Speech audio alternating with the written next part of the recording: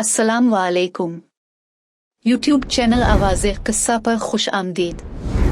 किसी ज़माने में एक बादशाह ने एक कैदी को किसी वजह से फांसी का हुक्म दिया और जब कैद खाने में से कैदी को लाया गया तो इससे मरने से पहले आखिरी ख्वाहिश पूछी गई।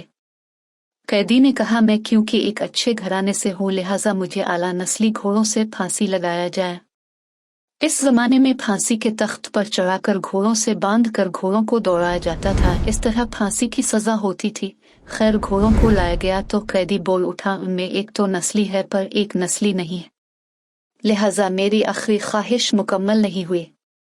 बादशाह ने घोड़ों के मालिक को बुलवाया और पूछा, क्या ये बात सच है? घोड़ों के मालिक ने जवाब दिया, बिल्कुल, एक बिल्कुल असली नस्ल का, लेकिन दूसरा में गधे का मिलाप शामिल है। बादशाह ने हैरान होकर कैदी से पूछा, तुम्हें कैसे ये बात पता चली कि एक घोड़ा नस्ली है और एक नस्ली नहीं?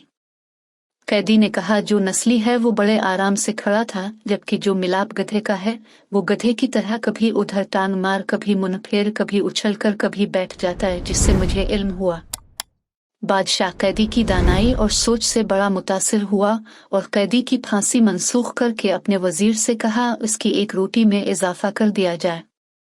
कुछ दिन बाद बादशाह के दरबार में एक सुनार 2 हीरे लेकर हाजिर हुआ और बादशाह को कहा, अगर आपकी रियाया में से कोई ये बता दे कि उनमें कौन सा हीरा असली और कौन सा नकली, और इस असली और नकली में फर्क बता दे तो मैं आपको दोनों हीरे इनाम में दे दूंगा।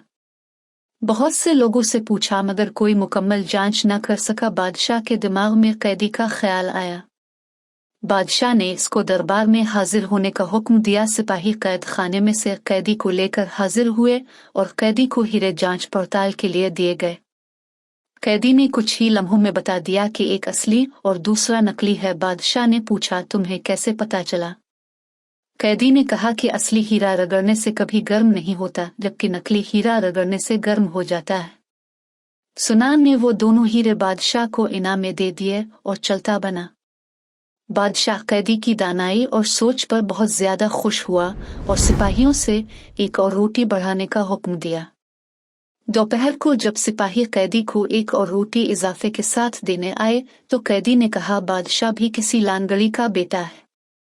सिपाहियों ने कैदी की ये बात बादशाह तक पहुंचा दी। बादशाह को गुस्सा आया और सिपाहियों से कैदी को दरबार में हाजिर होने का हुक्म दिया और कैदी से इस बात की वजाहत मांगी गई। कैदी ने बादशाह को कहा, अपने खानदान के बारे में किसी से पता करवा लो।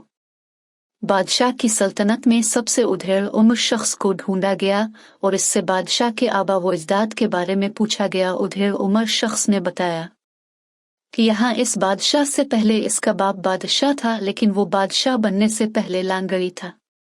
क्योंकि इस बादशाह से पहले एक बादशाह था, इसका अपना कोई बेटा न था। इस बादशाह ने ऐलान किया था, कोई ऐसा शख्स जो मेरी रियाया को भूखा ना मरने दे।